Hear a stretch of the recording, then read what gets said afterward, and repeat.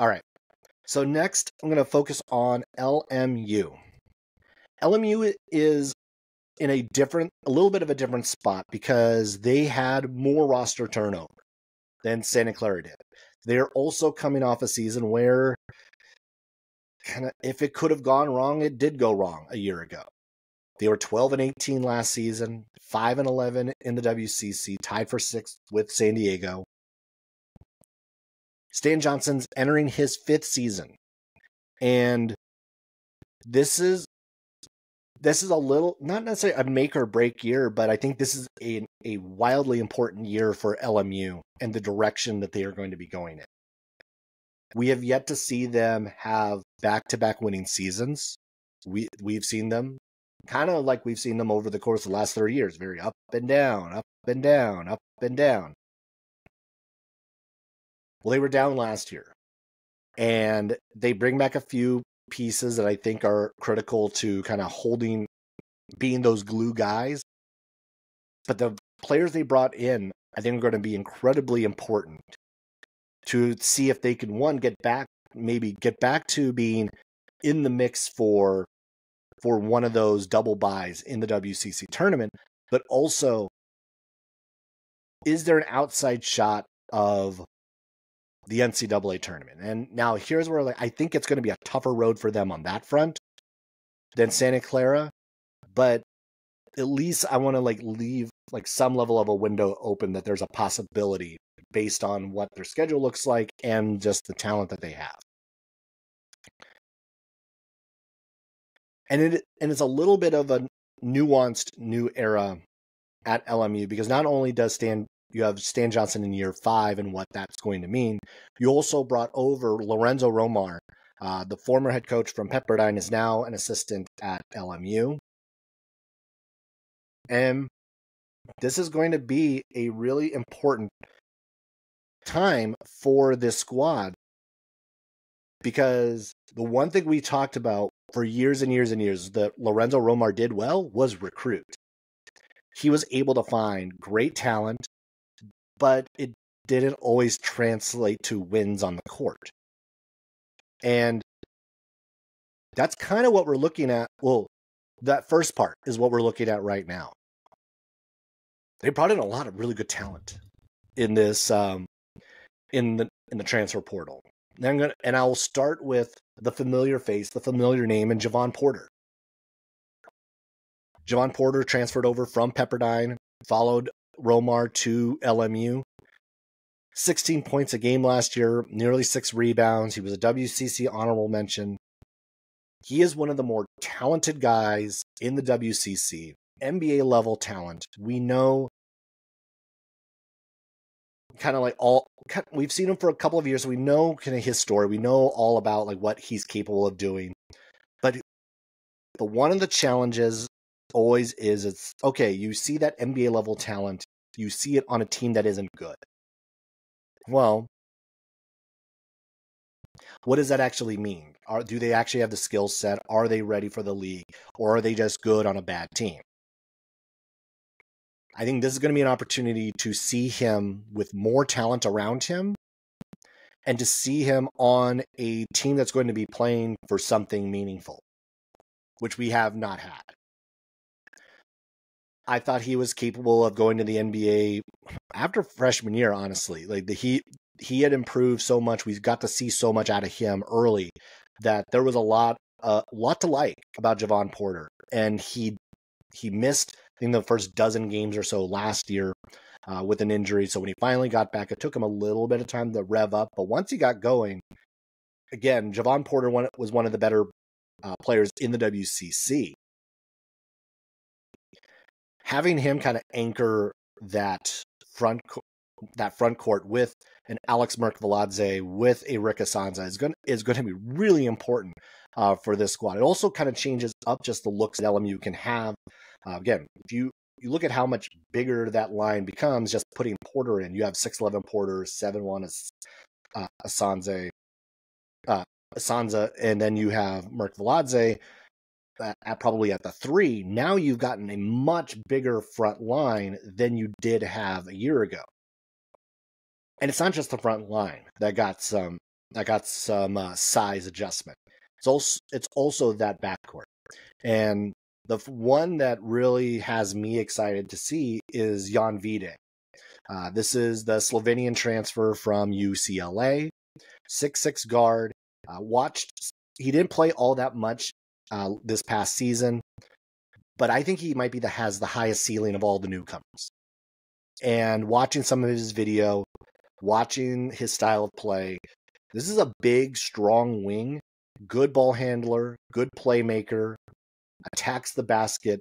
He does a lot of things well that I think is going to transfer to LMU, and really I think is going to help lift this squad. This is a guy that I'm maybe the most excited about, maybe of any of the transfers that have come in to the WCC. He's going to slide into that 2 slot more than likely.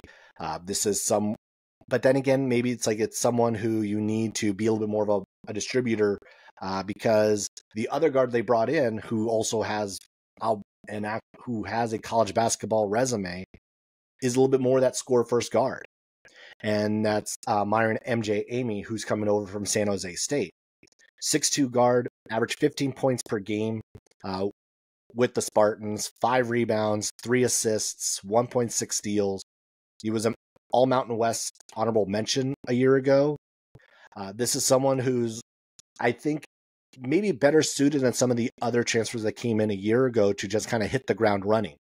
We know the Mountain West is a little bit more of a gritty league. It's a little bit more comparable to the WCC in a lot of ways than maybe some of the other transfers that came in a year ago who came from like the Big South or from some of the other smaller conferences. This is someone who is coming from a like conference. So there's going to be a lot of familiarity with the players, a lot of familiarity with the styles. San Jose State is obviously a team that played a good number of WCC teams a year ago, so they're familiar with some of those other squads. He'll be familiar with some of those squads as well.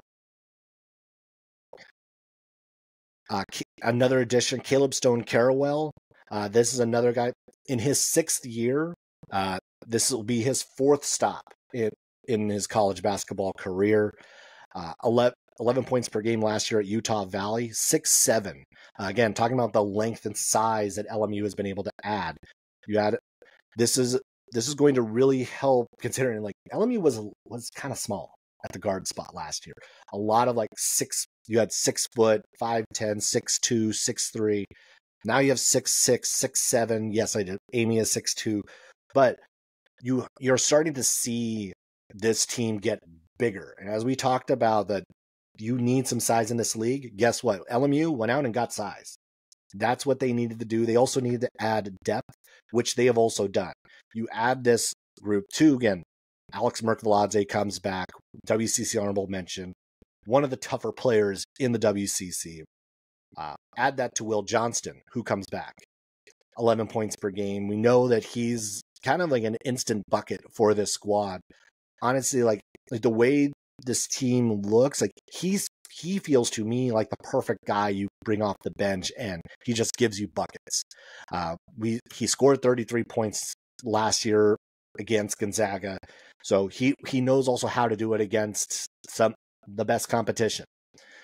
He's shot 37% from 3. That's someone who is going to give you a lot on the offensive end, and I think you get him in small bursts off the bench, that is going to, I think, suit him well, and also suit LMU well, as they search to have a little bit more depth on that squad. Another one that's going to be interesting to see how he develops is going to be Matar Chope, who's coming over from Nebraska. Saw a little bit of film on him, and there's a lot of talent, but he's very raw. This is someone who's going to need a lot of time to develop. I think this is someone you're going to see probably sparingly, but this is another huge body that you're going to have to contend with because he's coming over. He's 6'10", gives them some legitimate size on the front. So you might see him just playing that bit of a role, maybe a rim runner like he does. He did do that well at Nebraska a year ago. So this LMU squad is going to look a lot different, but there's going to be some familiar faces. And I like the added depth to what we have here. I like the talent level has increased. I think these pieces fit well together as we get into this season. Can they stay healthy? And I know that you have a bunch of new guys who do not have medical histories, do not have injury histories. But we've also seen LMU get banged up over the last few years. And I am hopeful that we don't see that again, because I think we're now at the stage where we've used injuries to paint LMU's difficulties and challenges 2 out of the last 3 years. And at a certain point, using that as a crutch or as an excuse isn't going to work anymore. And I think everyone is aware of that. Everyone, even at LMU, is aware of that. It's like at a certain point, you got to have some results, and last year's results were not good. Going into this season, I think there should be a lot of optimism about this team. This is maybe the most This is not maybe the most. This is the most talented team that Stan Johnson has had.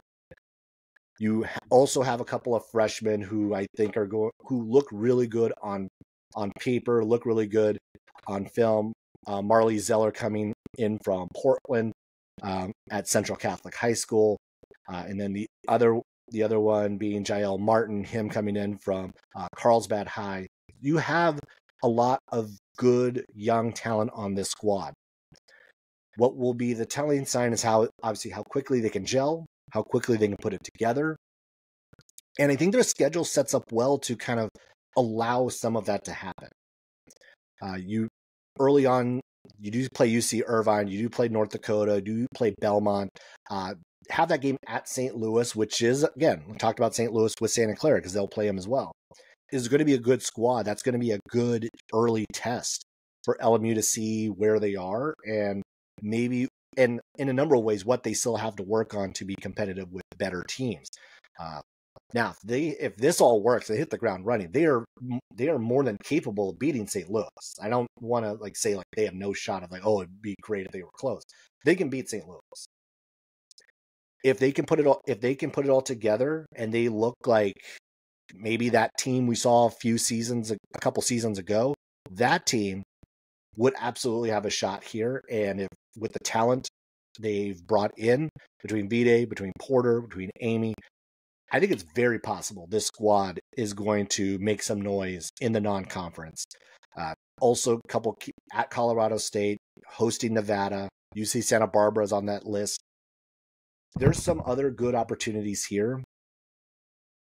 But this is, again, when I think about this season, when I think about what they are capable of doing, I mentioned the NCAA tournament as an outside shot. The schedule here, I don't think leaves you much room for error, if at all, for a potential at-large. Honestly, it feels like you'd have to sweep. I mean, in a 13-game non-conference, looking at this, I think you would have to almost go 11-2, 12-1, and then also wreck shop in WCC play. You'd have to get at least one against Gonzaga or St. Mary's. You'd have to probably sweep Washington State. I think that LMU's path to an at-large is far tougher because of their non-conference. And also, I think their margin for error is smaller because they're not as deep as Santa Clara. Santa Clara's has that continuity. Again, they brought 12 players back and then added a former all-league player to that mix. I think Santa Clara is in a much better spot in that front than LMU.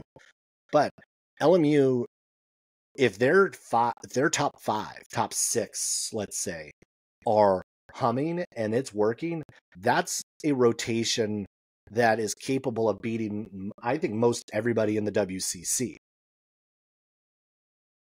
And that is where there should be optimism. That's where there should be a lot of excitement for this LMU squad, because if this group hits, if they play to their level, play to their talent, play to their shooting ability, I think they're long enough defensively. I think they're going to play tough enough defensively that they're going to give themselves a lot of chances to stay in games and give themselves a shot at the end of these close contests.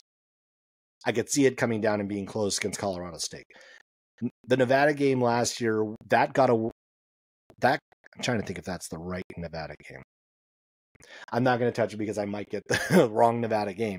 But there are opportunities to stay in more games because I think of their size. They think they have a little bit more depth on that front line, which helps. And there's a little bit of an urgency, I think, for this squad to prove to a lot of people that they are capable, to prove that they belong in the conversation with even Santa Clara, with USF, with Washington State, with St. Mary's, with Gonzaga, that they belong in the conversation. Last year, they fell into the conversation with Pepperdine, San Diego, Portland, and that wasn't where we thought they would be last year. We thought they'd be more in the conversation with San Francisco, with Santa Clara, and that's not what happened. This year, they're looking to get back into that conversation, and they have the talent to do so. It's just a matter of putting all of those pieces together. Now, when we talk about ceiling and floor for the squad, honestly, I think the ceiling, if everything goes right, three or four, I think is possible. Probably more likely 4 is the ceiling, as they would finish in the WCC. I think ceiling would also be, could they sneak into the NIT? I think that's the realistic ceiling for this squad, which again would be a huge get for LMU. That I don't want to minimize the importance of a program making that stride and being able to get to that tournament as well. Even though, yes, I know that the restructuring of the NIT hasn't been great. The way that they're going to try to select teams isn't ideal, but I think that there's a lot to the ceiling for that, and still getting into that tournament is a huge notch in the belt. Now, on the other side, if everything does fall apart, if everything starts to crumble,